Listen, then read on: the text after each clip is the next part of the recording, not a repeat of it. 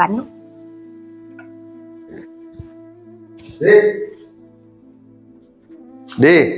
സീമേ ഇത് പിടി. എന്തുവാ? ഇതാ ജെസ്സി നിനക്ക് വേണ്ടി തന്നു വിട്ടാ, ജെയിംസിന്റെ ഭാര്യ. എന്തിനാ? ഇന്ന് അവരുടെ വെഡിങ് ആനിവേഴ്സറി. ഓ, അത് ആഘോഷിക്കാൻ പോയേക്കുവായിരുന്നു ഈ പാതിരാത്രി വരെ. ഇന്ന് എന്തെല്ലാം പരിപാടിയായിരുന്നു അറിയാവോ? ഇന്ന് അവർ ഉച്ചയ്ക്ക് അല്ലെന്ന് പറഞ്ഞ ഞാൻ എന്നിട്ട് ഇപ്പഴാ എനിക്കൊന്ന് കേറാൻ പോലും പറ്റിയത്. നീ ഇത് പിടി, ലഡുവോ ജിലേബിയോ കണ്ട. ഓ, തന്നെത്താനം കഴിച്ചേച്ചാ മതി, ഷുഗറിന് നല്ലതാ. ഞാൻ കിടക്കാൻ പോവാ. അപ്പൊ എനിക്ക് കഴിക്കാനോ? വേണേലെടുത്ത് കഴിച്ചേച്ചാ മതി. ഹലോ, ആള് പറഞ്ഞോടി. ഇല്ല. എന്തെടുക്കുവാ? അമ്മയല്ലേ, ഞാൻ വിളിച്ചിട്ട് എടുക്കുന്നില്ലല്ലോ. കാരണം മൂടും തിരിഞ്ഞു പോയി കിടക്കുന്നുണ്ട്. എങ്ങനെ തിരിയാതിരിക്കും? അതെന്തുവാ? ഒന്നുമില്ല. എന്തുവാടി? അച്ഛൻ എന്റെ സ്റ്റേറ്റസ് ഒന്ന് എടുത്ത് നോക്കി. സ്റ്റാറ്റസ്? ആ.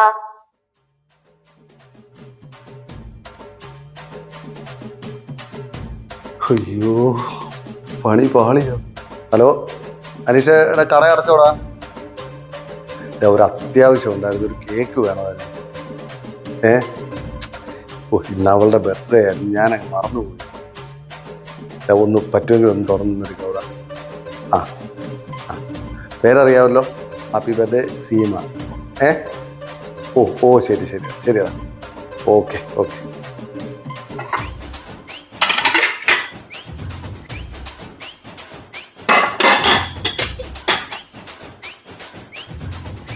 രാത്രി ബുദ്ധിമുട്ടായില്ലയോ? ശരി, വലിയ ഉപകാരം. Okay.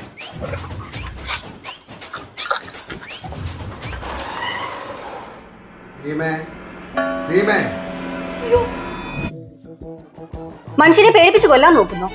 Happy birthday to you. വാ, കേക്ക് മുറിക്കാം. ഓഹോ, പാതിരാത്രിക്കാണോ ഇത് ഓർത്തത്? നിനക്കെന്താ, ഞാൻ ഈ കേക്കുമായിട്ടല്ലേ വന്നത്. നീ മുടയെടുത്ത് അകത്ത് കയറിയോണ്ടല്ലേ ഞാനിരുന്നത്.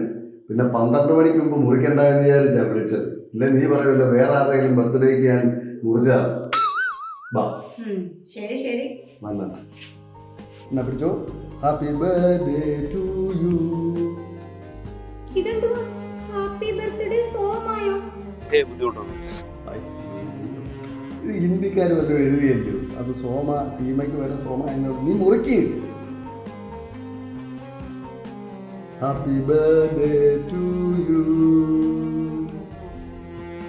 എടുക്ക്.